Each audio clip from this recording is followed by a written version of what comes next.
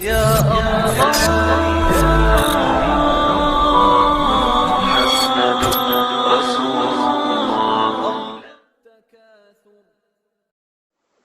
بسم الله الرحمن الرحيم. الحمد لله وكفى وسلام على عباده الذين اصطفى.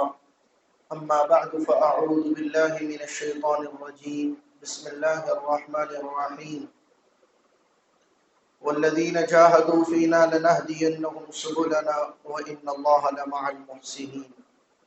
وقال الله سبحانه تبارك وتعالى في مقام ادع إلى سبيل ربك بالحكمة والموعظة الحسنة وجادلهم بالتي هي أحسن. صدق الله مولانا العظيم. وقال رسول الله صلى الله تبارك وتعالى عليه وآله وسلم يا أبا سفيان جئتكم بكرامة الدنيا والآخرة أو كما قال صلى الله عليه وسلم وصدق رسوله النبي الكريم. میرے محترم بھائیوں، دوستوں اور عزیزوں، اللہ جل جلالہ عم نوالہ نے انسانوں کو اس دنیا کے اندر ایک مقصد دے کر بھیجا ہے. وہ مقصد یہ ہے کہ بندہ اللہ کی مرضی کے مطابق زندگی گزارے. وہ مقصد یہ ہے کہ بندہ اللہ کے احکامات کو پورا کرے. وہ مقصد یہ ہے کہ بندہ اللہ کی غلامی والی زندگی گزارے. وہ مقصد یہ ہے کہ بندہ اللہ کا تابع بن کر زندگی گزارے. وہ مقصد یہ ہے کہ اللہ کا بندہ بن کر زندگی گزارے. کیا بن کر زندگی گزارے؟ اللہ کا بندہ. بندہ کہتے ہی اسے جس کی طبیعت کے اندر جھکاؤ ہو، جس کے اندر تواضع ہو، جس کے اندر چھوٹا پن ہو، اسے کیا کہتے ہیں؟ بندہ کہتے ہیں. اللہ کے نبی صلی اللہ علیہ وسلم کو اللہ تعالیٰ نے قرآن پاک کے اندر بہت سارے القابات سے ملقب کیا ہے. بہت سارے اچھے اچھے اور بڑے بڑے القاب سے اللہ پاک نے حضرت محمد الرسول اللہ صلی اللہ علیہ وسلم کو پکارا ہے اور آپ کی تعریف بیان فرمائی ہے، آپ کی شان بیان فرمائی ہے. تو اللہ پاک نے کہا یا ایھا النبی، نبی یہ میرے آپ کے آقا و مولا حضرت محمد الرسول اللہ صلی اللہ علیہ وسلم نام نہیں تھا. نبی نام نہیں ہے، بلکہ جس کو ذمہ داری دی گئی ہے اس عہدے کے سنبھالنے والے انسان کا نام نبی ہوتا ہے، اسے نبی کہا جاتا ہے. یا ایھا النبی، جسے نبوت ملتی ہے اسے نبی کہا جاتا ہے. تو اللہ پاک نے ایک لقب تو یہ بیان فرمایا یا ایھا النبی، پھر فرمایا انا ارسلناک شاہدا ومبشرا ونذیرا. 3 القابات یہاں پر ارشاد فرمائے کہ آپ شاہد بھی ہیں، آپ مبشر بھی ہیں، آپ نذیر بھی ہیں. آپ لوگوں کو خوشخبریاں بھی سناتے ہیں، آپ لوگوں کو آخرت کے اور اللہ کے عذاب سے ڈراتے بھی ہیں. آپ شاہد بھی ہیں، گواہ بھی رہیں گے لوگوں کے اوپر. انا ارسلناک شاہدا ومبشرا ونذیرا. اور پھر آگے اللہ کے نبی کو اور الگ لقب سے پکارا ہے، فرمایا وداعیا الی اللہ. آپ داعی الی اللہ ہے، آپ لوگوں کو اللہ کی طرف بلاتے ہیں، لوگوں کو اللہ کے وداعیا الی اللہ باذنہ وسراجا ومنیرا. سراج بھی بیان فرمایا، منیر بھی بیان فرمایا، روشن چاند، روشن چراغ. اللہ کے نبی صلی اللہ علیہ وسلم کو والضحى واللیل اذا سجا ما ودعک ربک وما قلی، یہ آپ کو الگ الگ القابات سے ملقب کیا ہے، آپ کی شان بیان فرمائی ہے، آپ کی تعریف بیان فرمائی. والضحى واللیل اذا سجا، آپ کے روشن چہری کی قسم کھائی ہے، آپ کی سیاہ زلفوں کی قسم کھائی ہے. فرمایا ما ودعک ربک وما قلی، آپ کے رب نے آپ کو چھوڑا نہیں. ما ودعک ربک وما قلی، نہ ہی وہ آپ سے روٹا ہوا ہے. فطرت کا زمانہ تھا، فطرت کا نہیں، بلکہ ایک وقت یہ آیا کہ وحی کا سلسلہ موقوف ہوا. اللہ کے نبی صلی اللہ علیہ وسلم کے پاس میں لوگ آئے، سوالات کیے، اور سوالات کا جواب تو اللہ کے نبی صلی اللہ علیہ وسلم اپنے دل سے نہیں دیا کرتے تھے، اس لیے کہ نبی اپنی زبان سے، اپنے خواہش نفس سے کچھ نہیں کہتا، بلکہ جو بھی کہتا ہے وحی کے ذریعے سے کہتا ہے. کچھ لوگ آئے امتحان لینے کے لیے اور سوال کیا، اور سوال کا جواب تو اللہ کے نبی کے پاس میں ہے کوئی نہیں، اس لیے کہ آپ امی ہیں، آپ نے کہیں پڑھا لکھا نہیں، آپ کا کوئی استاذ نہیں، اس لیے اللہ کے نبی نے فرمایا کہ کل بتاؤں گا۔ کیا بتاؤں گا؟ کل بتاؤں گا۔ لیکن کل ہوا، پرسوں ہوا، ترسوں ہوا، اور کئی روز گزرے، آپ کے اوپر وحی نہیں ہوتی، آپ کے پاس میں جواب کوئی نہیں۔ لوگوں نے مذاق اڑایا اور کہنے لگے کہ نعوذ باللہ ثم نعوذ باللہ، محمد صلی اللہ علیہ وسلم کو اس کے رب نے چھوڑ دیا ہے، محمد صلی اللہ علیہ وسلم سے اس کا رب روٹ چکا ہے۔ بطور مذاق کے اور ٹھٹا اڑا اور تذلیل کے لیے اور تضحیق کے لیے لوگوں نے یہ باتیں چلانا شروع کر دی کہ نعوذ باللہ محمد صلی اللہ علیہ وسلم کو ان کے رب نے چھوڑ دیا، اور ان کا رب ان سے کیا ہو گیا؟ روٹ گیا، ناراض ہو گیا۔ تو یہ سلسلہ کئی دنوں تک چلتا رہا۔ اللہ کے نبی صلی اللہ علیہ وسلم دل برداشتہ ہو رہے، آپ کو تکلیف ہو رہی اور آپ کی طبیعت کے اوپر بوجھ آ رہا ہے، تو اللہ پاک نے قرآن کریم کی سورۃ الضحیٰ نازل فرمایا والضحیٰ واللیل اذا سجا، ہمیں آپ کے روشن چہرے کی قسم، واللیل اذا سجا، آپ کے سیاہ زلفوں کی قسم۔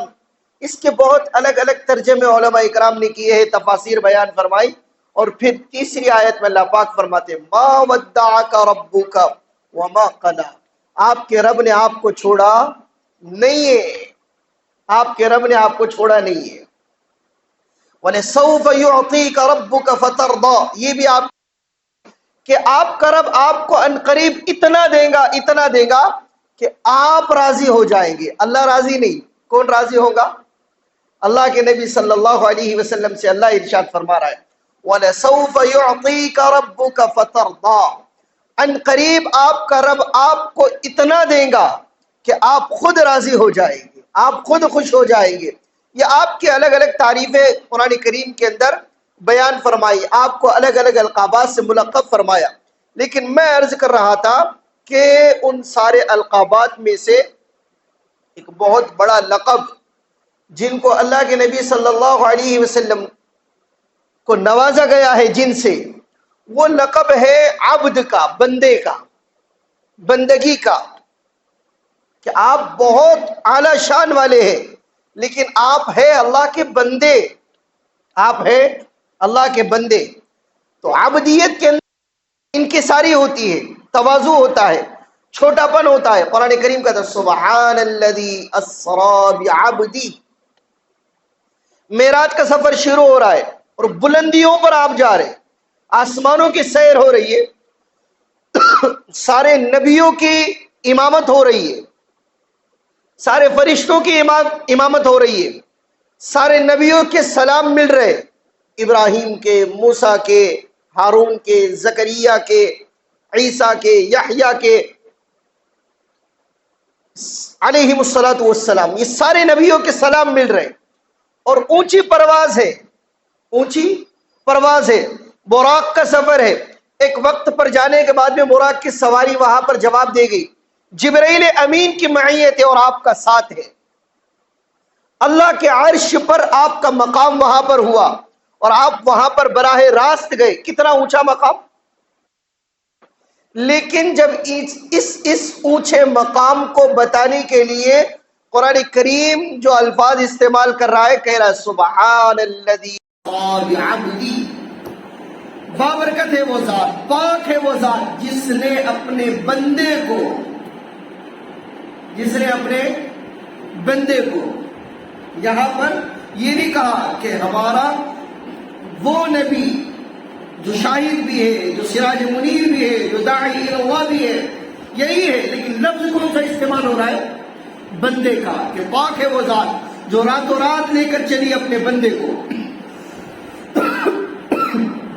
قرآن کریم کتنی مقدس کتاب ہے، اونچی کتاب ہے، اللہ کے نبی صلی اللہ علیہ وسلم کے اوپر نازل ہوئی ہے۔ تو قرآن کریم کہتا ہے تبارک الذی نزل الفرقان علی عبدی، کہ بابرکت ہے وہ ذات جس نے فیصلہ کرنے والی کتاب کو اپنے بندے پر اتارا۔ کس پر اتارا؟ اپنے بندے پر اتارا، کہ بتایا کہ کتنا ہی اونچا کام کیا گیا ہو، یہ آخر ہے اللہ کے بندے، میں عرض کر رہا تھا کہ اللہ نے انسانوں کو جو زندگی دی ہے ایک مقصد کے تحت میں دی ہے. کس کے تحت میں؟ مقصد کے تحت میں دی ہے. میں اپنی مطلب پر آیا ہوں اور وہ مقصد یہ ہے کہ اللہ چاہتے ہیں کہ میرا بندہ بن کر زندگی گزارے. کیا بن کر زندگی گزارے؟ بندہ. اس کے دماغ میں، اس کے دل میں، اس کے ذہن میں، اس کی سوچ اور اس کے خیالات میں اللہ کی بندگی رہے. میں تو کچھ بھی نہیں ہوں، سب کچھ کرنے والے کون ہیں؟ اللہ ہے. مجھ سے کچھ نہیں ہوتا، کرنے والے کون ہیں؟ اللہ ہے. میری اپنی ذات تو کچھ بھی نہیں ہے بلکہ کرنے والے اللہ ہے. حضرت علی رضی اللہ عنہ کا فرمانا یاد آیا. لوگ کہتے ہیں نا، آج دیکھو نا لوگوں کو دیکھو، اور کیا پڑھے لکھے اور کیا بغیر پڑھے لکھے، کیا شہر کے رہنے والے، کیا دیہات کے رہنے والے، اور کیا کاروبار کرنے والے، اور کیا ملازمت کرنے والے، اور کیا کھیتی باڑی اور زراعت کرنے والے، اور کیا سیاست اور حکومت کرنے والے، سب کی زبانوں کے اوپر ایک جملہ ہے: یوں کرتے تو یوں ہوتا، یوں کرتے تو یوں ہوتا، ایسے کرتے تو ایسا ہوتا. سب کی زبانوں پر یہی جملہ. ڈاکٹر کہتے ہیں کہ یہ دوائی تجویز کرتے تو یہ پیشنٹ نہیں مرتا. کھیتی والا یہ کہتا کہ ہم یہ کھاد استعمال نہیں کرتے تو ایسا نہیں ہوتا. اور تاجر کہتے کہ ہم یوں نہیں منڈی سجاتے تو ایسا ہوتا. اور سیاستدان کہتے ہم یوں پالیسی نہیں اختیار کرتے تو ایسا نہیں ہوتا. سب کی زبانوں پر یہی. کیا بچے، کیا بڑے، کیا مرد اور کیا عورتیں، سب کی زبانوں پر یہی، سب کی زبانوں پر یہی. اسے دہریت کہتے ہیں. کیا کہتے ہیں؟ دہریت. کہ لوگوں نے اللہ کا انکار ہی کر دیا، نعوذ باللہ. کیا کر دیا؟ خدائی کا انکار ہی ہو گیا، نعوذ باللہ. لوگوں نے کہا کہ لوگوں سے ہو رہا ہے، زمانے سے ہو رہا ہے، دور سے ہو رہا ہے، ایک دوسرے سے ہو رہا ہے، چیزوں سے ہو رہا ہے، اللہ سے تو کچھ بھی نہیں ہو رہا ہے. اللہ سے تو کچھ بھی نہیں ہو رہا ہے، نعوذ باللہ. ایمان والے کا یہ تصور نہیں ہے. ایمان والا کہتا ہے ما شاء اللہ کان وما لم یشاء لم یکن ولا حول ولا قوت الا باللہ. ایمان والا کہتا ہے جو کچھ ہوتا ہے کس سے ہوتا ہے؟ اللہ سے ہوتا ہے. جتنا ہوتا ہے اللہ سے ہوتا ہے. سب اللہ کی قدرت سے، اللہ کی طاقت سے، اللہ کے خزانوں سے اور اللہ کی قوت سے ہوتا ہے. ایمان والے کا یہ ذہنی ختم ہو گیا. لوگ کہتے تھوڑا سا اسپیڈ سے گیا ہوتا تو وہ مل گیا ہوتا. تھوڑی دیر پہلے اگر آپ آ گئے ہوتے تو وہ چیز قابو میں آ گئی ہوتی. تھوڑا سا لیٹ ہو گئے ورنہ جان بچ جاتی. یہ لوگوں کے جملے ہیں. چیزوں سے ہونے کا یقین، چیزوں سے ہونے کا تصور. دہریت اسے کہ حضرت علی رضی اللہ عنہ یہی فرماتے ہیں کہ کسی کے زبان کے اوپر آگ کا انگارہ ڈالا جائے. کیا ڈالا جائے؟ آگ کا انگارہ ڈالا جائے. سنا غور سے. اور اس آگ کے انگاری کی وجہ سے اس کی زبان جل کر راکھ ہو کر ختم ہو جائے. یہ بہتر ہے اس جملے سے کہ لوگ یہ کہے کہ یہ اگر کرتے تو یہ ہوتا، یہ کرتے تو یہ ہوتا. یہ بہتر ہے اس جملے سے کہ لوگوں کی زبانوں کے اوپر انگارے پڑ جائے اور اس انگار کی آگ سے وہ زبان جل کر راکھ ہو کر کیا ہو جائے؟ ختم ہو جائے. یہ بہتر ہے ان جملوں سے جو لوگ یہ کہتے ہیں کہ یہ کرتے تو یہ ہوتا. ایمان والے کا تو عقیدہ ہے. حضرت ابن عباس رضی اللہ عنہ کو حضور اکرم صلی اللہ علیہ وسلم بڑے لاڑ اور پیار اور محبتوں اور شفقتوں سے اور بڑی توجہات سے فرما رہے کہ یا غلام انی اعلمک کلمات، اے میرے پیارے بیٹے میں تجھے چند کلمے سکھلاتا ہوں، میں تجھے چند نصیحتیں کرتا ہوں. کیا ہے؟ کہ احفظ اللہ یحفظک. تو اللہ کے دین کی حفاظت کر، اللہ تیری حفاظت کرے گا. تو اللہ کے دین کی حفاظت کر، اللہ تیری حفاظت کرے گا. احفظ اللہ تجدہ تجاہک. تو اللہ کے دین کے لیے کوششیں کرتا رہے تو اللہ کو جہاں چاہے گا اپنے سامنے پائے گا. تو اللہ کو جہاں چاہے گا اپنے سامنے پائے گا۔ بتاؤ، جس کے سامنے اللہ ہو اس کے لیے کوئی پریشانی، اس کے لیے کوئی مشکل، اس کے لیے کوئی مصیبت، اس کے لیے کوئی بیماری، اس کے لیے کوئی قرضے، اس کے لیے کوئی روزگار کا روزی روٹی کا مسئلہ؟ اللہ کے نبی فرما رہے تو اللہ کے دین کے لیے کوششیں کرتا رہے، تجیدہ تجاہک، تو اللہ کو جہاں چاہے گا اپنے سامنے پائے گا۔ پھر فرمایا اذا سألت فاسأل اللہ، جب مانگنے کی نوبت آئے صرف اللہ سے مانگنا۔ کس سے مانگنا؟ اللہ سے مانگنا۔ اذا سألت فاسأل اللہ، ہمارا تو مزاج ہی نہیں اللہ سے مانگنے کا۔ ہم تو مانگتے ان لوگوں سے جو مانگنے کے بعد پھر لوگ ناراض ہو جاتے ہیں۔ ہم تو حکمرانوں کے پاس، ہم تو تحصیل کے پاس، پنچایت سمیتی کے پاس، ضلع کلیکٹر کے پاس اور گرہ منتری کے پاس اور پرائم منسٹر کے پاس میں کیا ہو رہا ہے لوگوں سے مانگنے کا نتیجہ آپ کو پتا ہے؟ کیا ہو رہا ہے؟ لوگوں سے مانگا تو لوگوں نے دے دیا۔ لوگوں کی طبیعت میں تو غصہ آ جاتا ہے مانگنے کے بعد میں۔ آپ نہیں دیکھ رہے منی پور 2 مہینے سے جڑ رہا ہے۔ کتنے مہینے سے؟ 2 مہینے سے جڑ رہا ہے۔ بچوں کو کاٹا جا رہا ہے، پیٹا جا رہا ہے، مارا جا رہا ہے، آنکھیں نکالی جا رہی ہے، کان کاٹے جا رہے، گلے کاٹے جا رہے اور ناشوں کو جلایا جا رہا ہے۔ تو حد ہو گئی۔ 2 مہینے کے بعد میں ایک واقعہ پیش آتا ہے اور 2 مہینے کے بعد میں اس کی ویڈیو وائرل ہوتی ہے پوری دنیا کے اندر۔ ہمارے اپنے ملک بھارت کی تھو ہو رہی ہے، شرمسار ہو رہا ہے،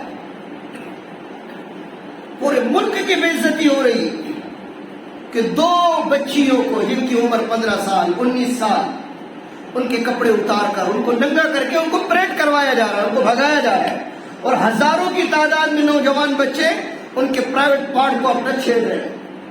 میرے پاس وہ الفاظ نہیں ہے جو مناسب الفاظ میں آپ لوگوں کے سامنے بیان کر سکوں کہ کتنی درندگی ہے، اور پوری حکومت خاموش ہے، پوری حکومت خاموش ہے۔ کیا ہوا لوگوں کو مانگنے کا نتیجہ؟ اللہ کے نبی صلی اللہ علیہ وسلم ابن عباس رضی اللہ عنہ سے کہہ رہے اذا سألت فاسأل اللہ، جب مانگنا کس سے مانگنا؟ اللہ سے مانگنا۔ جب مانگنا ہو تو کس سے مانگنا؟ اللہ سے مانگنا۔ وَإِذَا اسْتَعَنْتَ فَاسْتَعِنْ بِاللَّهِ، اور جب مدد طلب کرنا ہو تو اللہ سے مدد طلب کرنا۔ مدد کی بھی ضرورت ہو تو اللہ سے۔ جو کچھ ہوتا کس سے ہوتا ہے؟ اللہ سے ہوتا ہے۔ ہم کہتے ہیں کہ یہ حکومتوں سے ہوگا اور سرکاروں سے ہوگا اور بدلتی سرکاروں سے ہوگا اور گرتی سرکاروں سے ہوگا اور نئی سرکاروں سے ہوگا اور یووا پیڑھی سے ہوگا اور اس سے ہوگا اور اس سے ہوگا۔ یہ ایمان والوں کا عقیدہ نہیں ہے، یہ ایمان والوں کا یقین نہیں۔ ایمان والا چیزوں پر، نقشوں پر اور شکلوں پر یقین نہیں کرتا۔ اسباب ضرور اختیار کرتا ہے لیکن یقین اس کا اللہ کی ذات عالی پر ہوتا ہے، یقین اللہ کی ذات عالی پر۔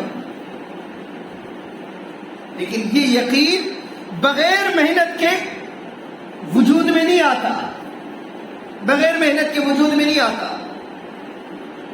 آج لوگوں کے پاس میں پیسے آ گئے، لوگوں کا یقین پیسوں پر آ گیا۔ لوگوں کے پاس میں روزگار آ گیا، لوگوں کا یقین روزگار کے اوپر آ گیا، دکانوں کے اوپر آ گیا، کرسیوں کے اوپر آ گیا، نوکریوں کے اوپر آ گیا۔ صحابہ کا یہ یقین نہیں تھا، صحابہ کا یہ یقین نہیں تھا۔ ابھی محرم الحرام نیا سال اسلامی شروع ہو چکا ہے، اللہ سب کے لیے مبارک فرمائے، پچھلے سال کی خطاؤں کا اللہ پاک معاف فرمائے۔ صحابہ کا یہ یقین نہیں تھا۔ حضرت عمر فاروق رضی اللہ عنہ جن کی 1 محرم کو شہادت ہوئی ہے، 1 محرم، 22 لاکھ مربع میل پر حکومت کرنے والا پون دنیا کا بادشاہ عمر بن خطاب رضی اللہ عنہ، جن کے نام سے نہیں جن کے سائے سے شیطان ڈرا کرتا، حضرت عمر بن خطاب رضی اللہ عنہ بڑی فضیلتوں کے حامل، بڑا اونچا مقام، امیر المؤمنین، مسلمانوں کے، ایمان والوں کے امیر، یہ ٹائٹل دنیا میں اگر کسی کو پہلی مرتبہ ملا ہے تو وہ حضرت عمر بن خطاب رضی اللہ عنہ ہے، امیر المؤمنین۔ بہت کارنامے آپ کے، بہت کارنامے، اور آپ کے کارنامے بہت ہائی لائٹ ہے۔ اللہ کے نبی صلی اللہ علیہ وسلم نے ارشاد فرمایا لو کان بعدی نبی لکان عمر، میرے بعد میں اگر کوئی نبی ہوتا تو عمر ہوتا۔ اس کے اندر اتنا ٹیلنٹ ہے، اتنی صلاحیت ہے، اتنی قابلیت ہے، اتنا دور اندیش ہے، اتنا دور رس ہے، اور اتنی فراست والا ہے کہ نبی بنائے جانے کے قابل ہے، اتنی صفات۔ لیکن نبوت کا سلسلہ کیا ہو گیا؟ بند ہو گیا۔ لو کان بعدی نبی لکان عمر، میرے بعد میں کوئی نبی ہوتا تو عمر ہوتا۔ اللہ کے نبی صلی اللہ علیہ وسلم نے ارشاد فرمایا عمر جس راستے سے گزرتے ہیں اس راستے سے شیطان اپنا راستہ بدل دیتا ہے۔ عمر شیطان اس گلی میں نہیں آتا۔ اللہ نے حضرت عمر کو وہ مقام، وہ جاہ، وہ جلال عطا فرمایا، وہ مقام عطا۔ آپ کی بے شمار فضیلتیں ہیں، بے شمار فضیلتیں، لیکن انتقال کا وقت قریب آیا۔ حج کے سفر سے واپس ہو رہے، راستے میں ایک جگہ رک کر دعا مانگی ہے کہ اللہ اب عمر بوڑھا ہو چکا ہے، اس کی ہڈیاں کمزور ہو چکی ہے، اب اس سے حکومت کا بوجھ برداشت نہیں ہوتا، اس کے اندر حکومت چلانے کی اب طاقت نہیں رہی، اپنے پاس میں عمر کو بلا لے۔ حج کے سفر سے واپس ہو رہی، 27 ذی الحجہ کو واپس ہو رہے، ذی الحجہ کے مہینے میں 27 ذی الحجہ کو وار ہوا ہے۔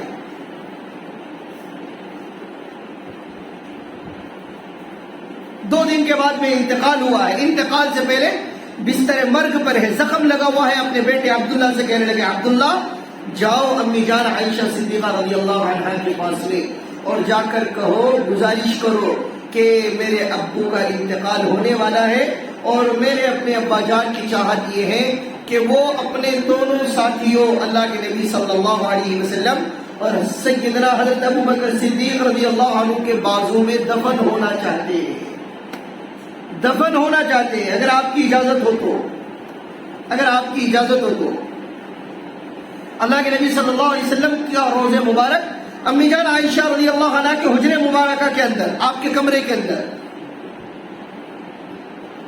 حضرت عبداللہ گئے، امی جان عائشہ کو سلام کیا، اور سلام کرنے کے بعد میں کہا کہ امی جان میرے ابو اب انتقال کے قریب ہے، اور آپ کی تمنا یہ ہے کہ وہ اپنے دونوں ساتھیوں کے پہلو میں دفن ہونا چاہتے ہیں، اگر آپ کی اجازت ہو تو۔ امی جان عائشہ رضی اللہ عنہ رونے لگی اور کہنے لگی یہ جگہ تو میں نے اپنے لیے مختص کی تھی، یہ جگہ تو میں نے اپنے لیے اٹھا کر رکھی تھی کہ ایک طرف میرا شوہر ہو اور ایک طرف میرے والد ہو، اور ان کے پہلو میں آرام کروں، لیکن عمر کا یہ مقام ہے کہ اس کا یہ حق ہے کہ اسے یہ جگہ دی جائے، میری طرف سے اجازت ہے۔ وہ عبداللہ ابن عمر خوشی خوشی آ کر کہنے لگے ابا جان خوشخبری کیا؟ کہ امی جان عائشہ نے اجازت دے دی ہے دفن ہونے کی۔ کہنے لگے نہیں، ہو سکتا ہے میں زندہ ہوں، اس لیے میری مروت میں اجازت دی ہے، میرا انتقال ہو جائے تو میرا جنازہ گھر کے باہر لے کر جانا اور رکھنا، اور پھر اجازت لینا، اجازت دے دفن کرنا، اجازت نہ دے تو بقیع کے اندر دفن کرنا۔ حضرت علی رضی اللہ عنہ آئے حضرت حسین رضی اللہ عنہ کو لے کے تیمارداری کے لیے۔ حضرت عمر رو رہے، انتقال کا وقت قریب ہے۔ حضرت علی نے پوچھا عمر کیوں، موت سے ڈر لگ رہا ہے؟ کیا پوچھا؟ موت سے ڈر لگ رہا ہے اس لیے رو رہے ہو؟ کہ لگے علی نہیں، موت سے نہیں ڈر رہا ہوں، موت کے بعد کے حالات سے ڈر رہا ہوں کہ عمر کا کیا بنے گا، عمر کا کیا بنے گا، ابھی تو وقت نہیں ہے۔ ورنہ میں آپ کو بتا دوں یہ صحابہ ہے جنہوں نے اللہ سے ہونے کو بولا ہے، اللہ کا یقین تھا، اللہ سے ہونے کا وجدان تھا، ان کی طبیعتیں بنی ہوئی تھی کہ جو کچھ ہوتا ہے حکومتوں سے، لوگوں کے کرنوں سے، روپیوں سے، پیسوں سے اور شکلوں سے نہیں ہوتا، کس سے ہوتا ہے؟ بولو نا، اللہ سے ہوتا ہے۔ اور یہ چیز بغیر محنت کے وجود میں نہیں آتی۔ اس کے لیے الحمدللہ ہمارے اپنے علاقے میں، پوری دنیا کے اندر الحمدللہ بار بار ہمارے اپنے سامنے آوازیں لگائی جا رہی ہیں کہ یقین بنانے کی محنتیں اللہ کے راستے کی محنتیں ہیں، اللہ کے راستے کی نقل و حرکت ہے، اللہ کے راستے کی نقل و حرکت ہے۔ آج پوری دنیا کا باطل ایک جگہ جمع ہو رہا ہے ہم کو ایک لقمہ بنانے کے لیے، پوری دنیا کا باطل، پوری دنیا کا باطل، لیکن ہم کو پتہ ہی نہیں باطل کیا ہے، پوری دنیا کیا ہے، ایک جگہ جمع ہونا کیا ہے، ایک لقمہ بننا کیا ہے، ہم کو پتہ ہی نہیں ہے۔ سیاسی اعتبار سے، انفرادی اعتبار سے، تجارت کے اعتبار سے، قوانین اور قانون کے اعتبار سے پوری دنیا کا باطل ایک جگہ جمع ہو رہا ہے تاکہ وہ پوری دنیا کے مسلمانوں کو ایک لقمہ بنا کر ختم کر دے۔ لیکن مسلمان جاگنے کے لیے تیاری نہیں جمع ہو رہا ہے، تو ایمان والا نہیں جمع ہو رہا ہے، وہ اپنی ذات پر محنت نہیں کر رہا ہے، وہ اپنے ایمان پر محنت نہیں کر رہا ہے۔ اور ایمان پر محنت اس وقت میں پوری دنیا کے اندر اجتماعیت کے اعتبار سے، عام حالات میں اور ناگہانی واقعات میں پوری دنیا کے اندر اللہ کی طرف سے مسلمانوں کے لیے تحفے کے طور پر، ہدیے کے طور پر، نعمت کے طور پر پوری دنیا کے اندر جو چلائی گئی ہے، اللہ نے اپنا فضل فرمایا، کرم فرمایا، دعوت کی مبارک محنت کی شکل میں اللہ پاک نے یہ ہوا چلائی ہے کہ لوگ اس کے اندر جڑ رہے اور اپنے ایمان کو بنا رہے، اپنی یقین کو بنا رہے، اپنے اعمال کو بنا رہے، کہ بڑے بڑے ڈاکو، بڑے بڑے شرابی، کبابی، زانی اور بڑے بڑے چور اور اچکے اور اپنی زندگی کو گناہوں کے اندر گزارنے والے اور اپنی زندگی کو اللہ کی نافرمانی کے اندر گزارنے والے اور غیر اللہ سے ہونے کے یقین کے اندر گزارنے والے لوگ اللہ کے راستے میں نکل رہے، اور اللہ کے راستے میں نکل کر جنہوں نے کبھی کسی کے سامنے اپنا ایک آنسو نہیں بہایا تھا، وہ راتوں کی تنہائیوں میں اٹھ کر کوئی 3 بجے اٹھ رہا ہے، کوئی 4 بجے اٹھ رہا ہے، کوئی صبح کے 2 بجے اٹھ رہا ہے، اور کوئی رات کے پہر میں کسی کو نیند نہیں آ رہی، کوئی اس پہلو پر ہے، کوئی اس پہلو پر ہے، کوئی کروٹیں بدل بدل کر راتیں گزار رہا ہے اس افسوس کے اندر کہ میری زندگی اگر ایسی گزر جاتی تو میرا مرنے کے بعد میں کیا حال ہوتا، مجھے اللہ کے سامنے کیا منہ دکھانا پڑتا، میں انہی گناہوں بھری زندگی کے اندر اللہ کے سامنے پیش ہوتا اور انہی نافرمانیوں کے ساتھ میں اللہ کے ساتھ میں چلا جاتا۔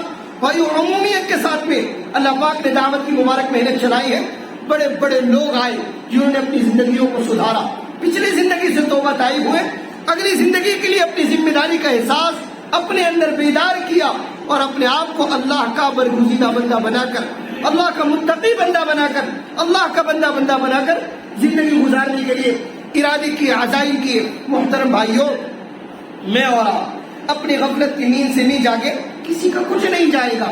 میں اور آپ، میں اکثر کہتا ہوں، اپنے ہاتھوں سے اپنے پیروں کے اوپر کلاڑی نہیں مار رہے، بلکہ کلاڑی کے اوپر میں اور آپ اپنا پیر مار رہے ہیں۔ دعوت کی مبارک محنت مجھ کو آپ کو سمجھ میں نہیں آ رہی، اس لیے محترم بھائیو آپ حضرات سے گزارش ہے کہ اس محنت میں اپنا وقت لگائے، اپنا جان لگائے، اپنا مال لگائے اور اپنے جذبات لگائے، اور جذبات لگا کر اپنے ایمان اعمال کی فکر کرے۔ دنیا کی تو فکریں ہو رہی ہے الحمدللہ، کروڑوں روپے کما رہے، لاکھوں روپے کما رہے، ہزاروں روپے آ رہے، صبح وقت کا، دوپہر کا، شام کا کھانا ہو رہا ہے، ماشاءاللہ ساری چیزیں اپنے وقت پر ہو رہی ہے۔ نہیں ہو رہی ہے تو اپنے ایمان اعمال کی فکر نہیں ہو رہی ہے۔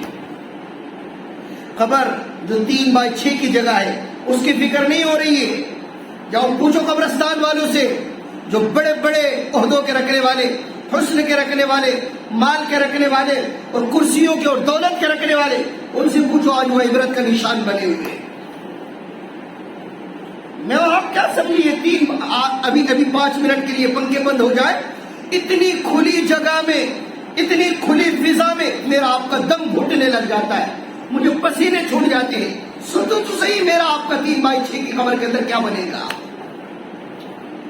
وہاں ٹھنڈک اعمال ہے، وہاں روشنی اعمال ہے، وہاں پر راحت اعمال ہے، وہاں کا سامان ایمان اور یقین ہے، وہاں کا سہارا اعمال ہے۔